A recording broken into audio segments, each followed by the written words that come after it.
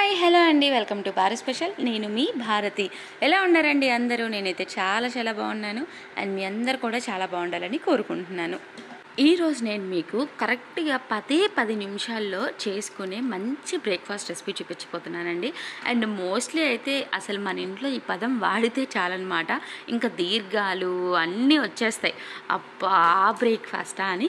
కానీ మీరు కనుక మీ ఇంట్లో వాళ్ళకి ఇలా చేసి పెట్టారంటే ఎంత చక్కగా తినేస్తారంటే ప్లేట్లు ఖాళీ అయిపోతాయండి. సో ఈ రెసిపీ చూసే ముందు మన ఛానల్ కనుక ఎవరైనా ఫస్ట్ టైం చూస్తున్నామంటే ప్లీజ్ సబ్స్క్రైబ్ చేయండి. అలానే పక్కనున్న బెల్ ఐకాన్ కూడా హిట్ చేయండి. సో మీరైతే చూసారు కదండి. ఇప్పుడు చక్కగా ఒక గిన్నె పెట్టేసుకొని కొంచెం ఆయిల్ వేసేసేసి కొంచెం జీడిపప్పు అలానే పచ్చిపప్పు కూడా వేసి అవి బాగా వేగిన తర్వాత అందులోనే కొంచెం పోపు కూడా వేసేసేసి అవి వేగిపోయిన తర్వాత సన్నగా తరిగిన ఉల్లిపాయలు అలానే పచ్చిమిర్చి అలానే తరిగిన క్యారెట్ని కూడా వేసేసి 3 కలిపి బాగా వేయించుకొని పెట్టుకోవాలండి. అండ్ ఒకేసారి అన్నీ వేయించుకోవడం వల్ల ఏంటంటే మరీ ఎక్కువగా కుక్ అవ్వకుండా 3 ఈక్వల్గా కుక్ అవుతాయి అన్నమాట. మనం తినేటప్పుడు కూడా కొంచెం పంటి కిందకి తగులుతూ బాగుంటాయి.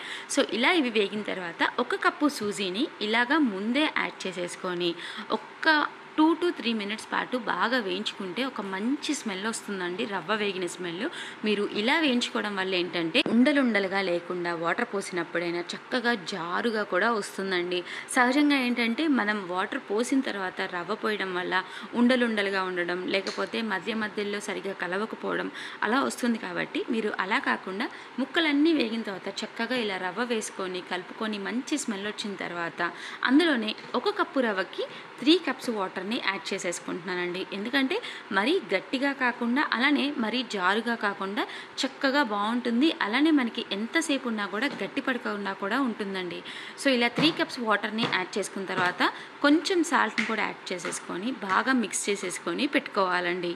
ఇలా కొంచెం నీళ్లు మరిగే వరకు మనం తిప్పుకుంటూ ఉండి ఇప్పుడు దీన్ని మూత పెట్టేసేసి కుక్ చేసుకోవాలండి. ఇలా కుక్ అయిన తర్వాత ఒకసారి దీన్ని మనం బాగా కంబైన్ చేసేసుకొని ఇప్పుడు ఇవన్నీ కూడా బాగా మిక్స్ చేసుకున్న తర్వాత ఇప్పుడు దీనిలోకి ఒక్క సీక్రెట్ ఇంగ్రీడియంట్ అండి. అదేంటా అనుకుంటున్నారా? కొంచెం కొత్తిమీరతో పాటు కొంచెం నెయ్యి అండి. ఒక 2 స్పూన్లు నెయ్యి కనుక ఇలాగా మీరు దించే ముందు యాడ్ చేశారంటే చాలా కమ్మగా చాలా టేస్టీగా ఉంటుందండి. సో ఇలా నెయ్యిని కూడా యాడ్ చేసుకున్న తర్వాత ఒక్కసారి అలా కలిపేసేసి ఇలా మనం ప్లేట్లో పెట్టేసేసి చట్నీతో కాకుండా సాంబార్తో కనుక సర్వ్ చేసుకున్నారంటే ఇంకా అసలు ఇష్టం లేని వాళ్ళు కూడా ఆమరామరంటూ తినేస్తారండి, నాది గ్యారెంటీ. చూసారు కదండి, చక్కగా ఎంతో ఈజీగా ఇన్స్టెంట్గా ప్రిపేర్ చేసుకుని బొంబాయి రవ్వ ఉప్మా అనమాట.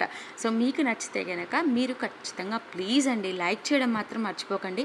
నచ్చకపోతే కనీసం అట్లీస్ట్ మాకెందుకు నచ్చలేదు అనేది కామెంట్ సెక్షన్లో కూడా కామెంట్ చేయడం మాత్రం మర్చిపోకండి. అలానే మన ఛానల్ కనుక ఎవరైనా ఫస్ట్ టైం చూస్తున్నవారంటే ప్లీజ్ సబ్స్క్రైబ్ చేయండి. అలానే పక్కనున్న బెల్ ఐకాన్ని కూడా హిట్ చేయండి. Thank you for watching. Signing off మీ భారతి.